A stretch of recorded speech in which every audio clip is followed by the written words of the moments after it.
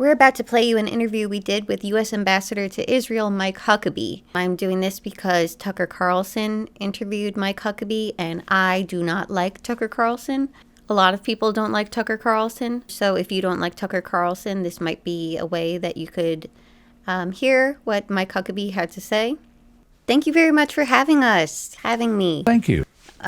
We're very grateful to be invited. I said that I hate Christian Zionists, and I know that you are a Christian Zionist. So I just wanted to apologize for that. You and I have known each other for over 30 years. Over 30 years! That is totally true. Why are millions of the Epstein files still classified? I have no idea. I haven't kept up with that. I've never met the man. I don't know him. You haven't kept up with the Epstein disclosures? I mean, only from a distance. He had contact with not just Israeli intelligence, but also American intelligence. Have not read the Epstein files. Why do you think that is? Apparently, it's very strongly on your mind. Yes, child molestation is a concern to me. It should be for everybody. I'm just saying, why don't we release all the files? That way we don't need to guess. I got no problem with that. Suggest that I can release the evidence? I'm asking you as a government official. Here's the point. We're talking about Christian Zionism. You said that God gave this land to this people. What does this land mean to you? This particular area that we're talking about now, Israel, is a land that God gave through Abraham to a people that he chose. It was a people, a place, and a purpose. The Bible says from the Nile to the Euphrates, but that's a huge piece of land. That's pretty much the entire Middle East. Are you saying that Israel has a right to the entire Middle East? It would be fine if they took it all. What does that mean? It would be fine if Israel took over all of this territory? They're not asking to take it. But you are saying they are allowed, according to the Bible, to take Jordan, Syria, and Iraq. Now, if they end up getting attacked by all these places and they win that war and they take that land, then okay, that's a whole nother discussion. If they win it in a war, it's okay? Yeah.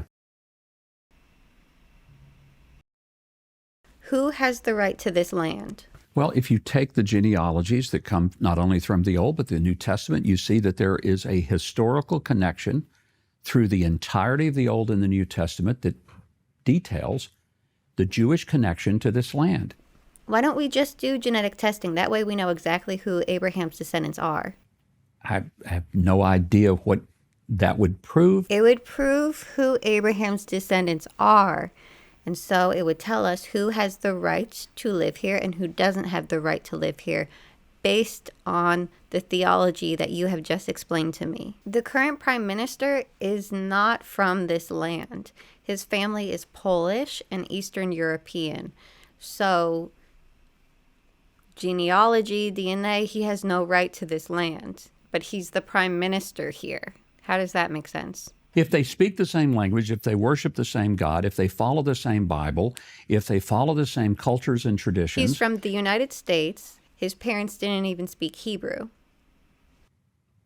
I'm totally unable to process what you're trying to get at. How many civilians has Israel killed? We don't know. You know why we What's your don't know? guess? Well, the only numbers we have come from this dubious entity called the Gaza Health Ministry. Does Israel not have a health ministry or a count of how many people they've killed? We also know that a lot of the people who were killed were, in fact, warriors. Sadly, How many kids were killed?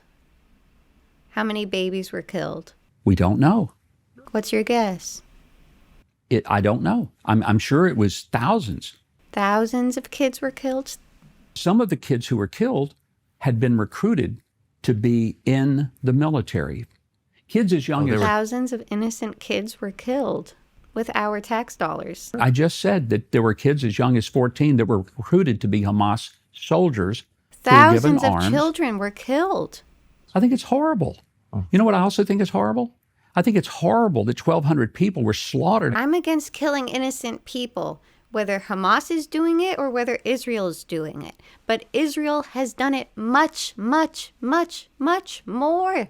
They have killed many, many, many, many, many times more children.